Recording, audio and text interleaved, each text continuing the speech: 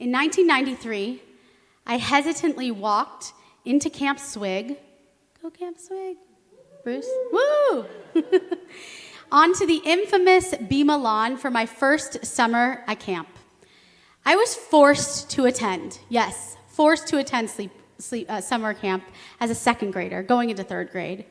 And yes, I did have my family by my side, including my triplet siblings, including my sister-in-law, who happened to be the director, my brother, who was the program director, my uncle, may his memory be a blessing, was on faculty, but I was still just not about summer camp. But I would soon be. When I dig deeper into this core memory, and it really is a core memory, thank you Inside Out for giving us that language.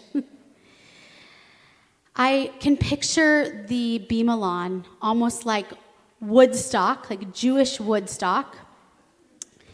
And who was on the stage for my very first introduction to Camp Swig, but the one and only Debbie Friedman. The famous song leader and composer who I most knew because I learned Aleph, Bet, Vet, Aleph. That's who she was to me. So let me tell you, I have been a part of Temple Valley Beth Shalom for preschool. Of course, my lifelong temple here at Temple Emmanuel for over 30 years. And people will often say to my parents, well, what was in the water that made you have 5 kids dedicated to Judaism, clergy, etc.? And the answer was always camp. Camp Swig, to be more, yes. So the beginning of it, my love for Judaism was camp. The heart of it was music. And the beginning of it was Debbie Friedman. And then Julie Silver, and Danny Freelander, and Jeff Klepper, and today's versions, Noah Aronson, Alana Arian, Natalie Young, Dan Nichols, and so many more.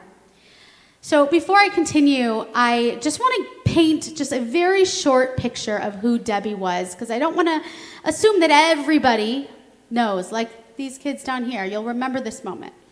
So Debbie was the daughter of a kosher butcher and a food service director, born in Utica, New York, in February of 1951. She moved with her family at 6 years old to Minnesota. She took piano lessons, and she taught herself to play guitar at Jewish summer camp when she was a teenager. And instead of going to college, she moved to Israel after graduating high school, and she lived on a kibbutz for 6 months. And so her love of Israeli music and folk music began. She describes herself as this child of the 60s, resembling Joan Baez with her dark, closely cropped hair. She taught herself to play guitar and compose by listening to the music of artists such as Judy Collins, Carly Simon, and the folk trio Peter, Paul, and Mary. Debbie Friedman carved a very powerful legacy in the Jewish world, said Peter Yarrow, who performed with her at Carnegie Hall some years ago. She took all of the energies of folk music that preceded it and turned it into something that directly related to Judaism. He says, I don't think anybody else has done that, and she has done it brilliantly. These past few weeks, as I've been reviewing Debbie's top hits, I keep having these flashbacks to sitting in the car with my siblings, with my mom, playing the cassette and then the CDs of Debbie Friedman. I swear it is all that she listened to. So therefore, that's all we listened to. And then with my dad, we listened to Lionel Richie, and yeah. It became really clear to me at a young age that Debbie's greatest gift to our world was how she made prayer accessible to people like my mom, women who couldn't have a bat mitzvah, but found spirituality deep within Debbie's music.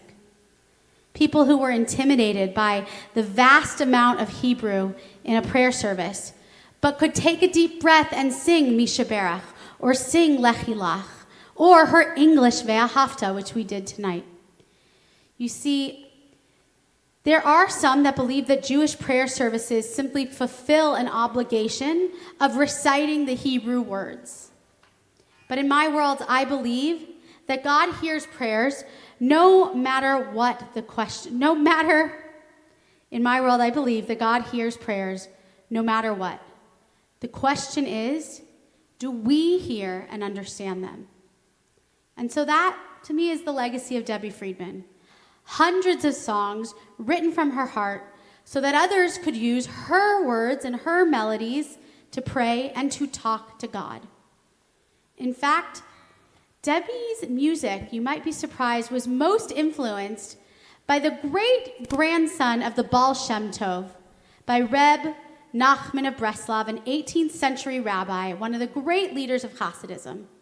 His focus of praying in one's own language to God, as if you were praying to a parent, resonated for her. As one commentator described it, during a session of hitbodedut, self-seclusionary prayer by yourself, the practitioner pours out one's heart to God in one's own language, describing all of one's thoughts and feelings and problems and frustrations. Nothing was viewed by Reb Nachman as being too mundane for discussion. So in his honor, and in Debbie's honor, as he was the impetus for her writing, she wrote this song.